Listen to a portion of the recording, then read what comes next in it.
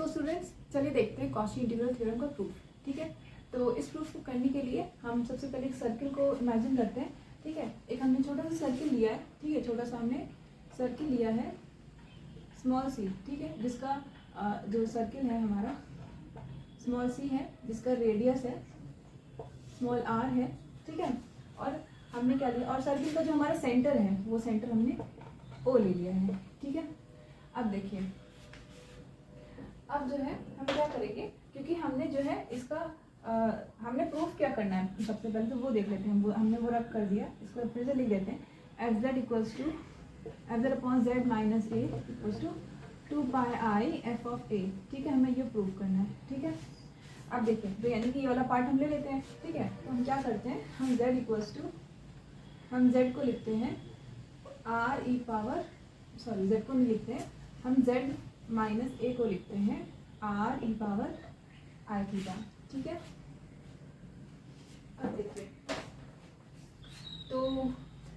तो देखिए, तो इम्प्लाइज दैट डी जेड की वैल्यू क्या हो जाएगी हमारी, डी जेड की वैल्यू क्या हो जाएगी, आर भाई are E power I theta. ठीक है, और थीटा का डिफरेंशिएशन डी थीटा आ जाएगा।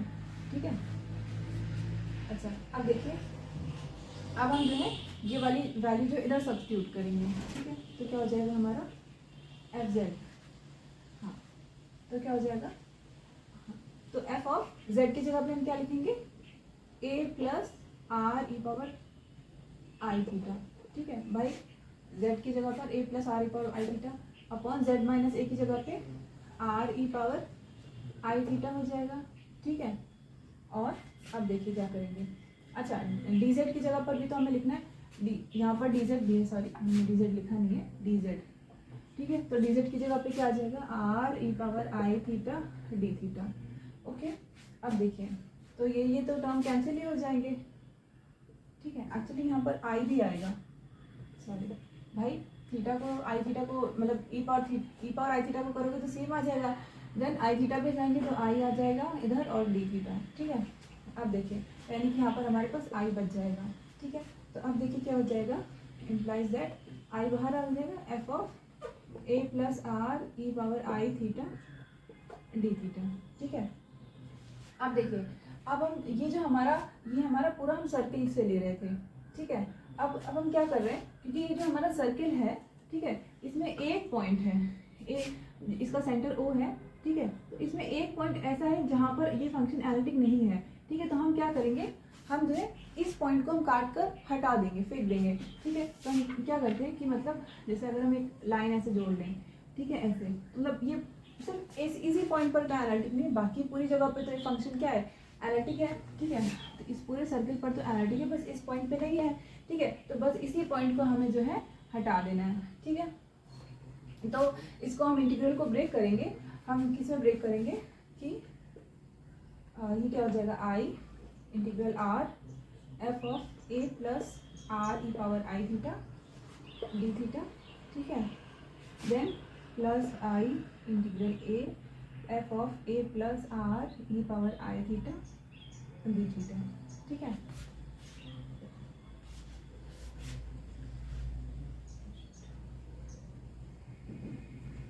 अच्छा तो देखिए स्टूडेंट्स, अब क्योंकि सिर्फ ए पॉइंट पर ही तो फंक्शन हमारा एनालिटिक नहीं है, बाकी सब जगह तो एनालिटिक है। ठीक है, तो ये वाला पूरा इंटीग्रेशन तो जीरो हो जाएगा ना बाय कॉचीज थ्योरम, क्योंकि इधर तो एनालिटिक है ना अंदर वाले पॉइंट पर, सिर्फ यहाँ पर एनालिटिक नहीं है, तो इसकी वैल्यू हम ये प्रूफ कर देंगे। ठीक है, तो ये वाली जो वैल्यू हमें बचेगी। ठीक है, अब देखिए, तो इसको हम क्या लिख सकते हैं, मतलब इसके अराउंड ये जो हमने सर्किल माना है, ये हम सर्किल C1 मान लेते हैं। ठीक है, तो इसको हम क्या लिख सकते हैं, इम्प्लाइज दैट ये क्या हो जाएगा, I integral C1 circle F of A plus R E power I theta D theta. Okay, अब देखिए, अब हम क्या करेंगे, अब हम थोड़ा सा ऊपर वाला चीज रब कर देते हैं। ठीक है,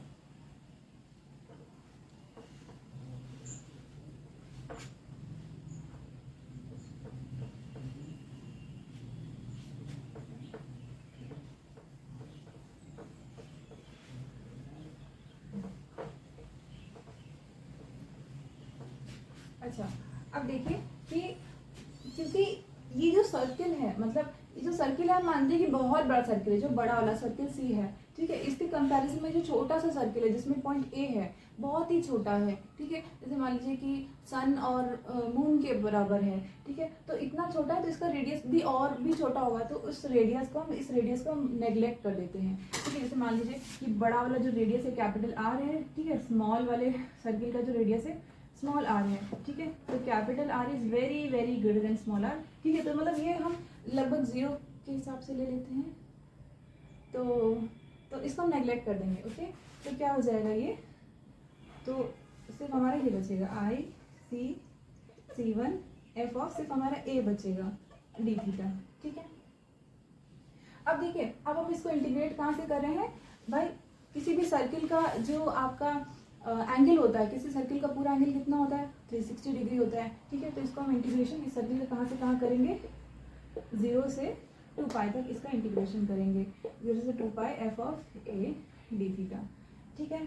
तो क्या हो जाएगा भाई, सॉरी एफ ऑफ ए से, हाँ ओके, एफ ऑफ ए तो हम करेंगे, तो यहाँ पे क्या हो जाएगा एफ ऑफ ए, क्योंकि हमारा कांस्टेंट हम थीटा के रिस्पेक्ट में इंटीग्रेट कर रहे हैं, ठीक है, जहाँ पर हमारा एफ ऑफ ए क्या कांस्टेंट है, तो क्या हो जाएगा आई एफ ऑफ ए, ठीक है, बाहर आ जाएगा इंटीग्रल 0 से 2 पाई, ठीक है, मान लीजिए यहाँ पे 1 बचा डी थीटा, तो क्या हो जाएगा integral I F of A, ठीक है, ये क्या आ जाएगा हमारा 1 का थीटा आ जाएगा, और थीटा को भाई हम 0 से 2 पाई इंटीग्रेट करेंगे, तो क्या आ जाएगा 2 पाई माइनस 0, ठीक है, 2 pi I F of A, ठीक है। So this is the proof, I hope you understand, हमने प्रूफ कर दिया कि integral F of Z upon Z minus A, इसकी वैल्यू क्या आ रही है 2 पाई आई एफ ऑफ ए आ रही है, ठीक है। सो आप नोट कर लीजिए इसे।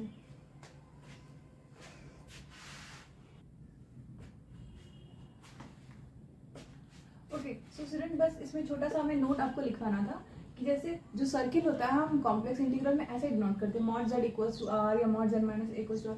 इस सब का मतलब क्या होता है, इसका मतलब होता है कि ये सर्किल है, ठीक है, इस सर्किल का जो आपका सेंटर है वो क्या है 0,0 है, ठीक है, और जो आपका जो इसका रेडियस है वो क्या है आर है, स्मॉल आर है, ठीक है, और जब से इसका सेंटर क्या है, इसका सेंटर है a,0 है, और इसका भी रेडियस क्या है आर है, ठीक है। अब बताइए इसका सेंटर क्या होगा, इसका सेंटर क्या हो जाएगा 0,b हो जाएगा, ठीक है, जो इमेजिनरी पार्ट होता है वो y एक्सिस वाला हो जाएगा, जो रियल पार्ट है वो x एक्सिस वाला हो जाएगा, ठीक है। इसका भी रेडियस आपका, क्योंकि हमें गिवन है r है, ठीक है, इसका जो आपका सेंटर क्या हो जाएगा 0 a,b आ जाएगा, ठीक है, और इसका रेडियस क्या आ जाएगा, रेडियस इसका आ जाएगा r, ठीक है। अब हम इसके आइए क्वेश्चंस करते हैं, ठीक है।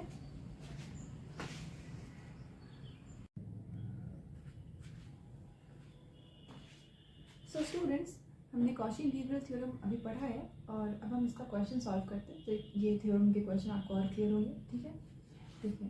तो हम इसके लिए क्या करेंगे, ये जो हमारा नीचे वाला डिनोमिनेटर है, ठीक है, पार्ट है, इसको हम 0 से इक्वेट करेंगे, ठीक है, क्योंकि जैसे कि हमें पता है ये इंटीग्रल है, और ये मॉड जेड इक्वल्स टू 1 हमें पता है क्या, this is what circle of radius 1 है, ठीक है। अच्छा, तो हम इसको 0 से इक्वेट करते हैं डिनोमिनेटर को, तो क्या आ जाएगा इक्वल्स टू 0, तो यानी कि implies that z equals to i/3, ठीक है, तो इम्प्लाइज दैट यहाँ से मॉड z की वैल्यू क्या आ जाएगी 1/3, ठीक है। अब क्योंकि ये जो हमारा सर्किल है, ये हमारा जो सर्किल है, दिस इज व्हाट, इस सर्किल का जो हमारा रेडियस है, इसका रेडियस है 1 है, ठीक है, इस सर्किल का जो रेडियस है 1 है, ठीक है। तो बट ये जो पॉइंट 1/3 है, ये पॉइंट इस सर्किल के अंदर लाई कर रहा है, ठीक है, यानी कि ये फंक्शन इस पॉइंट पे एनालिटिक नहीं है, और ये जो पॉइंट है this lies inside the circle, okay. So अब हम क्या करेंगे, अब हम कॉची इंटीग्रल थ्योरम का यूज करेंगे, so therefore by Cauchy integral theorem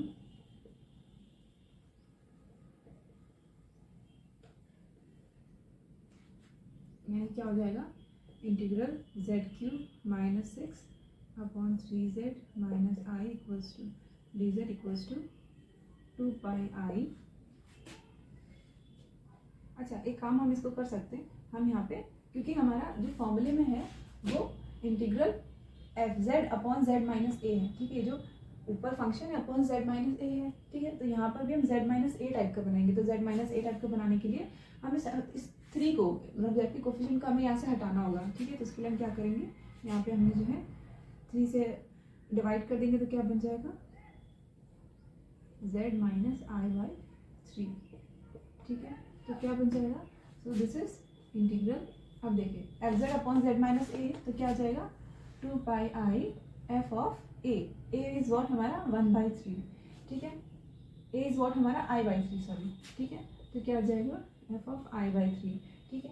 अब देखिए F of i by 3 function हमारा क्या है z³ माइनस 6 है, यहाँ पर z की जगह पे i बाई 3 रखेंगे तो क्या आ जाएगा हमारा 1/3 इंटू 2 पाई आई,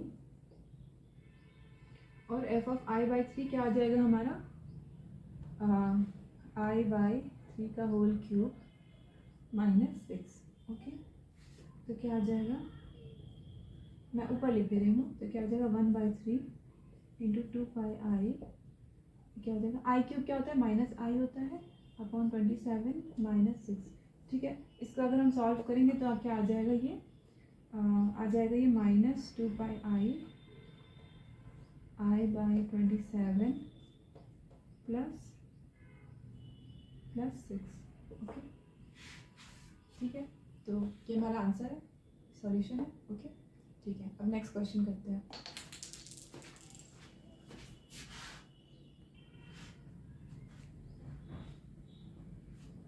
ये हमारा नेक्स्ट क्वेश्चन है, यहाँ पर भी सर्कल हमारा जो है रेडियस 1 है, ठीक है। इसको आइए सॉल्व करते हैं।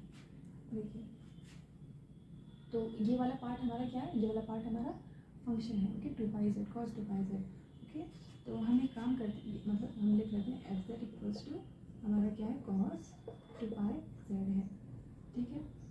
अब देखिए अब हम क्या करेंगे कि ये जो हमारा इंटीग्रल है 2z माइनस 1 z माइनस 3, ठीक है, इसको हम a upon 2z minus 1 plus b upon z minus 3 हम इसमें ब्रेक करेंगे, ठीक है। तो हमें इस फॉर्म का बनाना है, ठीक है। तो अगर हम इसे सॉल्व करेंगे तो a की वैल्यू क्या आ जाएगी, a की वैल्यू आ जाएगी -2/5 और b की वैल्यू आ जाएगी 1/5, ओके। तो ये वाला इंटीग्रल हम इस तरह से लिख सकते हैं। तो यहाँ की इम्प्लाइज दैट क्या बन जाएगा हमारा इंटीग्रल एफ जेड, ठीक है। और ये क्या हो जाएगा -2/5 upon 2z minus 1 plus 1/5 upon z minus 3, ठीक है, dz।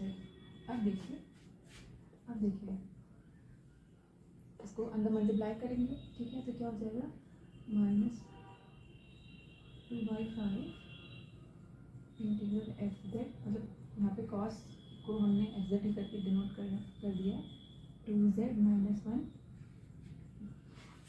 Plus 1/5 integral F Z upon z minus 3, ठीक है। अब एक काम करते हैं, क्योंकि हमें z माइनस ए टाइप का चाहिए, ठीक है, तो हम इसको थोड़ा सा सही करके लिख देते हैं। तो क्या हो जाएगा, ये हो जाएगा -2/5, ठीक है। यहाँ से हम 2 बाहर ले लेंगे, क्या आ जाएगा 1/2 integral F Z upon z minus 1/2, ठीक है। हमने 2 बाहर ले लिया, अच्छा, plus 1/5 integral F Z upon z minus 3, ठीक है।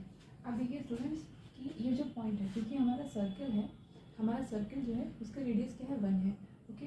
अब ये वाला जो फंक्शन है, ठीक है, यहाँ पे z माइनस ए ये 3 आ रहा है, मतलब भाई इसको 0 से इक्वेट करेंगे तो z की वैल्यू क्या आ जाएगी 3 आ जाएगी, ठीक है। तो यानी कि this lies outside the circle, okay. और ये z equals to z minus 1/2 को 0 से इक्वेट करेंगे तो z इक्वल्स टू 1/2 आ जाएगा। So this point lies inside the circle, okay. तो ये क्या बन जाएगा, तो यानी कि तो बाई कॉची थ्योरम, मैं इसको थोड़ा सा रब करके लिखती हूँ।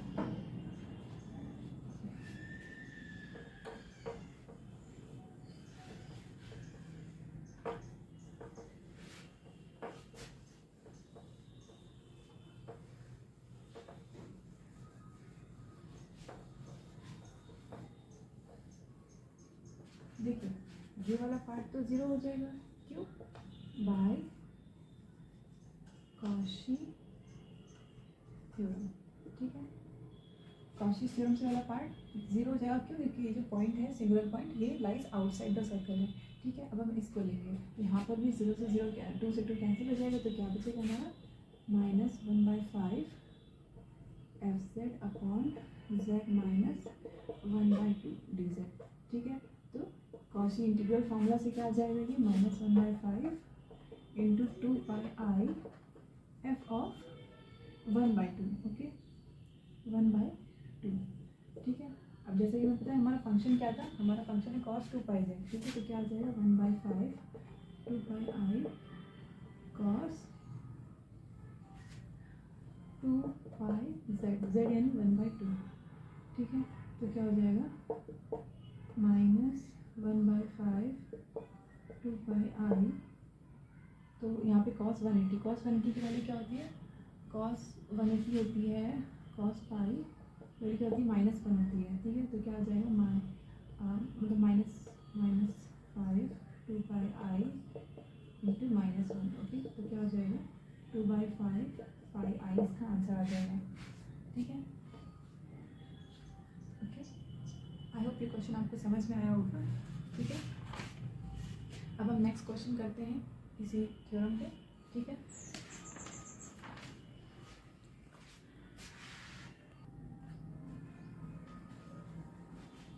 सो स्टूडेंट्स, अब हम ये दोनों क्वेश्चन सॉल्व करेंगे। देखिए कैसे करते हैं, हमें सेम कॉची इंटीग्रल फॉर्मूला से ही सॉल्व करना है। देखिए तो क्या हो जाएगा, ये सबसे पहले तो ये जो हमारा 0.5 जो z का कोफिशिएंट है इसको हटा देंगे, क्योंकि हमें z माइनस ए फॉर्म को बनाना है। ठीक है, तो क्या बन जाएगा ये z माइनस 1.5 अपॉन 0.5 क्या दे देगा 15/5 3। ओके, अब देखिए जैसा कि हमें पता है इस सर्किल का जो रेडियस है वो क्या है, x² + y² equals to a² होता है ना, r² होता है। ठीक है, तो यानी कि रेडियस हमारा क्या आ जाएगा 4 आ जाएगा। ठीक है, तो यानी कि ये जो सर्किल है, मतलब अगर हम z माइनस 3 को 0 से इक्वेट करेंगे तो z की वैल्यू आ रही है 3 आ रही है, यानी कि इट लाइज इनसाइड, ये इस सर्किल के इनसाइड पॉइंट लाइन कर रहा है। ठीक है, तो हम कॉची इंटीग्रल फॉर्मूला लगाएंगे, तो क्या हो जाएगा ये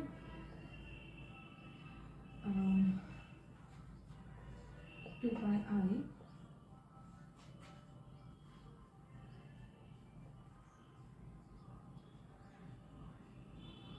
अच्छा, एक काम हमने एक चीज़ यहाँ पर मिस हो गई है, क्योंकि हम यहाँ पर 0.5 से डिवाइड कर रहे हैं।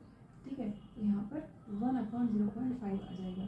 ठीक है, तो 1/0.5 क्या बन जाएगा, 1/0.5 देगा 2 दे देगा भाई, 1/1/2 क्या दे देगा 2 पर चला जाएगा। ठीक है, इंटू एफ ऑफ ए क्या हमारा 3 है। ठीक है, तो क्या हो जाएगा 4πi एफ ऑफ ए हमें 3, तो एफ ऑफ यहाँ पे 3 पुट करेंगे तो क्या हो जाएगा 3² + 8 यानी कि 17 इंटू 4πi, यानी कि 17 इंटू 4 πi। ठीक है, 17 over 68 πi। ठीक है, तो इसका आंसर है 68 πi। ठीक है, चलिए स्टूडेंट्स, अब हम नेक्स्ट क्वेश्चन सॉल्व करते हैं। अब देखिए इस क्वेश्चन में जो हमारा सर्किल है ये 1.5 रेडियस का है। ठीक है, तो अब हमें इसको लास्ट क्वेश्चन की तरह जो हमने सेकंड क्वेश्चन किया था उसकी तरह ही करना है। हमें इसे क्या करना है, ब्रेक करना है। ठीक है, मतलब इसको पार्ट्स में डिवाइड करना है। ठीक है, ये वाला पार्ट तो हमारा ऊपर वाला पार्ट क्या फंक्शन है, हमारा फंक्शन क्या है 4 - 3z है। ठीक है, तो ये वाला जो पार्ट है integral 1/z z minus 1 z minus 2 इसको हम ब्रेक करेंगे। ठीक है, तो ये क्या आ जाएगा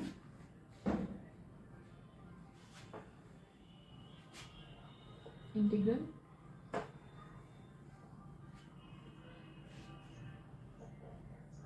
मतलब इंटीग्रल अभी नहीं लगाते, हम अभी इंटीग्रल नहीं लगाते, डायरेक्टली हम इसको ब्रेक करते हैं।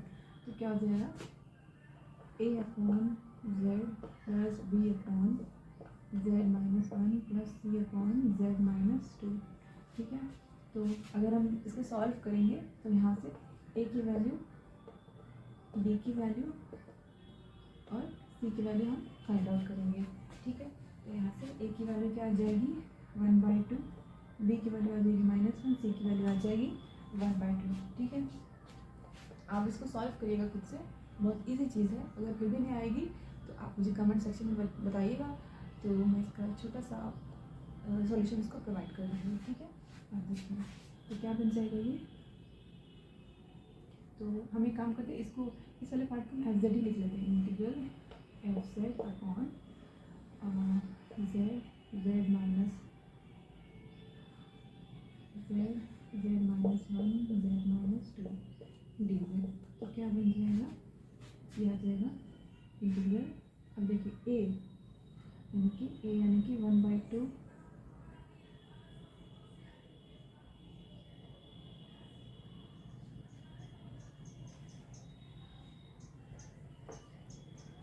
Integral F Z into 1/2 upon Z plus integral F Z.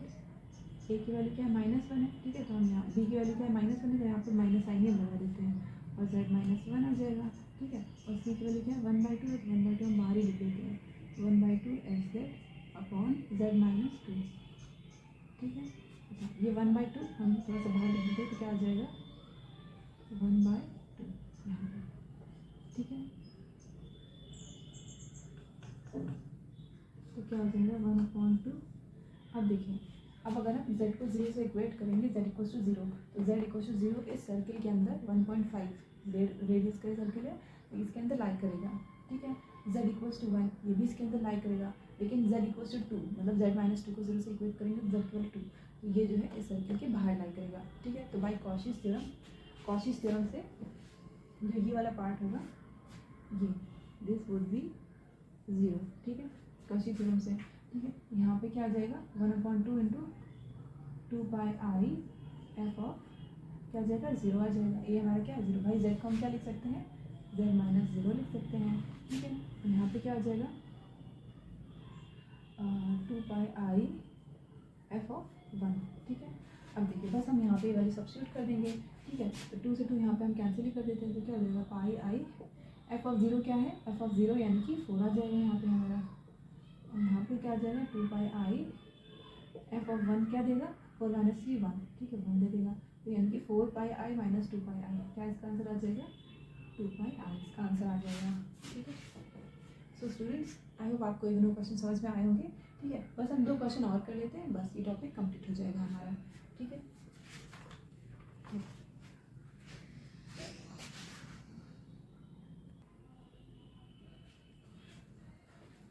Okay so students ये 2 क्वेश्चन हम और सॉल्व कर लेते हैं, बस ये हमारा टॉपिक कंप्लीट हो जाएगा, ठीक है। देखिए सबसे पहले तो ये वाला क्वेश्चन करते हैं, क्वेश्चन को 6 करते हैं, फिर 5 करेंगे, ओके।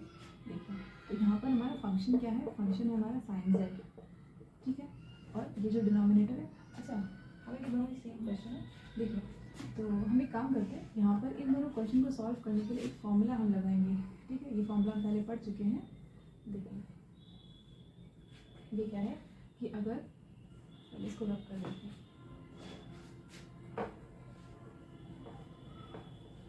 कि अगर F Z upon z - a की पावर n+1 डी जेड है, ठीक है। तो हमने पढ़ा है ये क्या हो जाएगा 2πi upon factorial n f n of a, ठीक है।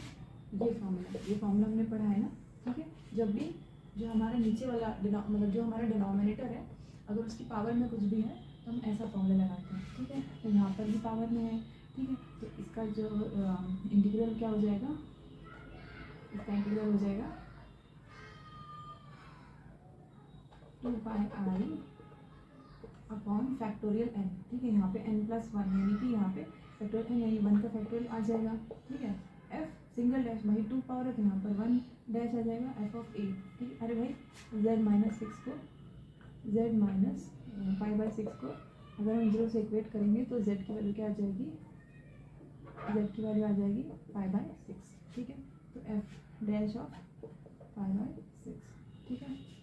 f डैश ऑफ π/6 निकालने के लिए सबसे पहले हम f डैश निकाल लेते हैं। f डैश यहाँ पर भाई f z हमारा साइन z है, implies that f dash z हमारा क्या हो जाएगा cos z आ जाएगा, सिंपल सी बात है, ठीक है। अब देखते हैं तो cos π/6 क्या आ जाएगा 2 pi i factorial 1 cos pi by 6 क्या होगा बताइए, cos 30 root 3 by 2 root 3 by 2, ठीक है। 2 से 2 कैंसिल तो क्या हो जाएगा, इसका आंसर रूट 3 पाई आई का आंसर आ जाएगा, ठीक है। बिल्कुल इसी तरह हमारा फिफ्थ क्वेश्चन है। फिफ्थ क्वेश्चन में भी हम यही करेंगे, बस यहाँ पे हमें डेरिवेटिव थोड़ा बड़ा करना पड़ेगा। देखिए यहाँ पर हमारा फंक्शन है e पावर 2z है, ठीक है। इसका सॉल्यूशन क्या हो जाएगा, 2 पाई आई अपॉन ये जो पावर है इससे एक कम हम लेते हैं ना, जैसे यहाँ पे n+1 है तो एक कम लेते हैं, जैसे यहाँ पे फैक्टोरियल 3 आ जाएगा, ठीक है। और यहाँ पर क्या आ जाएगा, f triple dash of a, ठीक है। a क्या है हमारा, a यहाँ पे क्या है भाई z+1 को अगर हम 0 से इक्वेट करेंगे तो इम्प्लाइज दैट z की वैल्यू क्या हो जाएगी, -1, ठीक है। तो f ऑफ a की जगह पे हम क्या लिख सकते हैं, -1 ही लिख देते हैं डायरेक्टली, तो क्या हो जाएगा 2 पाई आई अपॉन फैक्टोरियल 3 क्या हो जाएगा 6 हो जाएगा। अब देखिए f ट्रिपल डैश निकालना है, ठीक है। ये जो फंक्शन है, ठीक है, एफ जेड हमें पता ही है, एफ डैश जेड क्या हो जाएगा, एफ डैश जेड क्या हो जाएगा 2 पावर 2z आ जाएगा। एफ डबल डैश क्या जेड क्या हो जाएगा 4 पावर 2z आ जाएगा। F triple dash of Z, F triple dash of Z क्या आ जाएगा 8 पावर 2z आ जाएगा, ठीक है। ये सब तो हमें निकालना आता ही है, ठीक है। तो क्या हो जाएगा ये, अच्छा ऑफ -1 रखेंगे तो क्या हो जाएगा 8 पावर 2 इंटू जेड की जगह पे -1 आ जाएगा, ठीक है। एफ ऑफ -1, ठीक है। तो कुछ कट रहा है, बिल्कुल कट रहा है, 2 3 जा 6 कट जाएगा और नहीं कटेगा, तो 8/3 पाई आई और e पावर -2, ठीक है।